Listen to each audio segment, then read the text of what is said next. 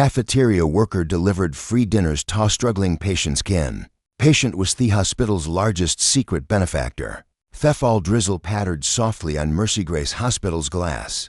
Amina can polish the final counter in Thiedening Hall. At 43, she had served Hera for almost 15 years. Her hands glided with skilled ease over the spotless surface. The night shift was winding down. Yet Amina's tasks weren't done.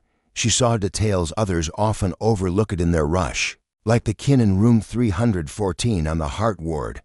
They had stayed there for 2 weeks now, holding watch. An older man named Khalid Hassan rested in that bed. All called him Khalid. Amina had never spoken to him directly. His daughter, Fatima, stayed by his side day and night. Fatima Hassan, aged 45, with weary eyes and concern. Her teen Sanamar and daughter Sana took turns stopping by. Amina had observed this kin with rising worry each day. They never went to eat in the hospital dining hall. Instead, they shared vending, machine bites, and corner store tea. Fatima counted coins cautiously before purchasing even tiny items. Amina knew the marks of financial hardship all too well. She had raised 3 kids as a lone mother herself. There had been many evenings when supper was clever scraps, when every penny had to last until the next wage. Amina understood the silent pride of families trying their hardest. Khalid had endured a severe heart attack 3 weeks prior. The operation had worked, but healing was gradual. Insurance paid for medical bills, but not the unseen costs.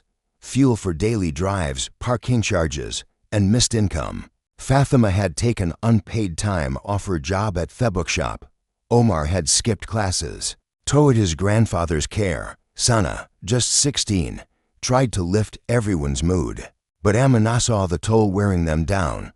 On Thursday night, Amina made a choice from her soul. She prepared 3 full supper trays with extra thought.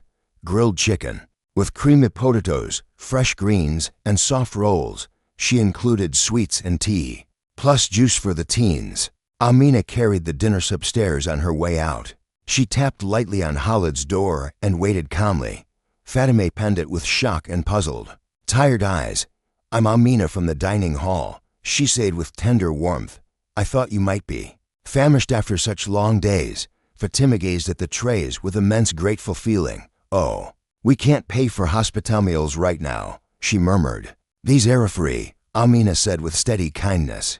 "Every family deserves warm food during times like these." Fatima's eyes brimmed with tears of relief and deep thanks. "That's so wonderfully kind. But we can't possibly take charity." "It's not charity," Amina replied with soft but firm belief. "It's one mother aiding another to care for her kin.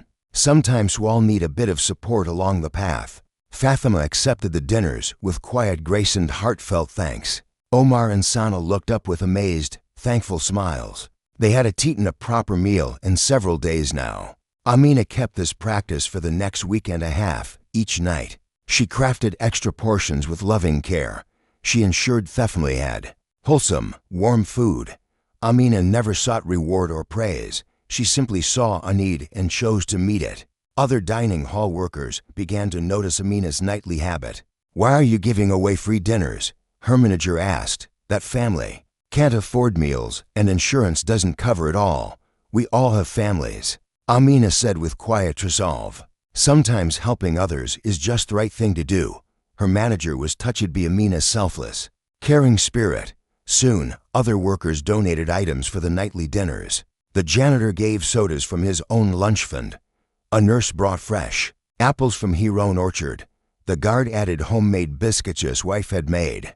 Khalid's health slowly improved with each passing day and week. His heart grew stronger, and his mood began to rise. But he noticed something lovely happening around his room. The kindness shown to his kin by hospital workers, especially the quiet woman from the dining hall who brought supper. Khalid had been watching Amina's generosity with growing respect. He saw how she served others with true, heartfelt care, how she never expected praise or anything back. Khalid asked Fatima to invite Amina into his room. He wanted to thank her personally for her kindness. When Amina arrived the next night with supper trays, Fatima asked her to come inside and meet Khalid. "Sir, you really don't need to thank me," Amina said. I was just doing what felt right in my soul. Khalid smiled with warm, wise eyes and deep gratitude. Amina, I've been thinking about your kindness every single day. You don't know me, but I'd like to share something that might surprise you about who I really am. Amina listened with calm, respectful focus and growing interest. For the past 30 years, Khalid said with quiet pride, I've been giving secretly to Thish Hospital's charity fund. Every month, I donate money to aid families in need. Families just like mine seem to be during this hardship. Amina's eyes widened with shock and humble wonder. You're the secret donor who helps so many families, the one who covers meals and parking costs. Khalid nodded with gentle, thankful acknowledgement and warm gratitude. And you, Amina, are exactly why I give that money.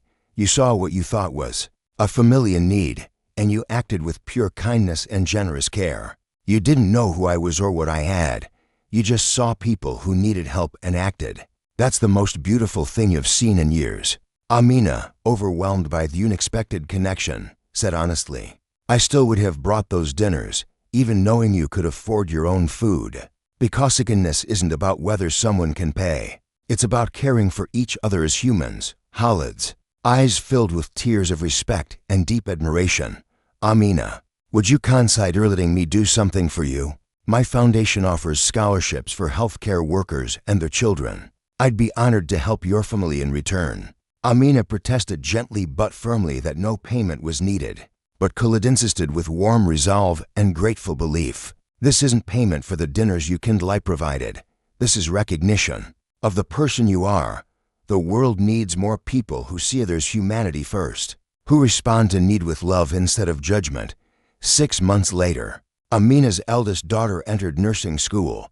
Her tuition was fully covered by the Hassan family foundation. Khalid had recovered completely and resumed his quiet philanthropy. But now he and Amina met monthly for tea. They discussed which families needed aid and how to provide it. Amina had become his unofficial guide at the hospital. She spotted families struggling during medical crises. Together, they ensured no one went hungry or alone. You taught me something vital, Khalid told Amina one afternoon. I was giving money from afar, feeling generous. But you were giving yourself, your time, your heart. That's worth more than any check I could ever write. Amina smiled with humble wisdom and deep understanding. We'll give what we have to offer others. You give money because you have wealth to share freely. I give meals because I know how to cook. What matters is that we both choose to give. The hospital dining hall now has a special program for families, funded by Khalid's foundation, but inspired by Amina's compassion. No family goes hungry during medical crises or long stays. But more importantly, staff members look for ways to help. They've learned from Amina's example that kindness costs nothing but means everything to those who receive it with grateful hearts.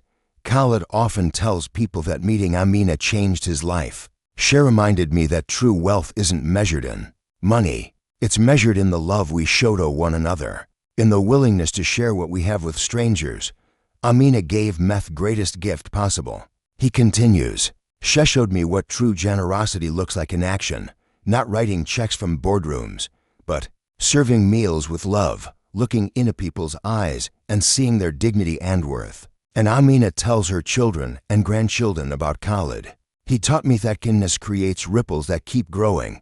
When we help others, they help others, and love multiplies. The most important lesson is that we're all connected.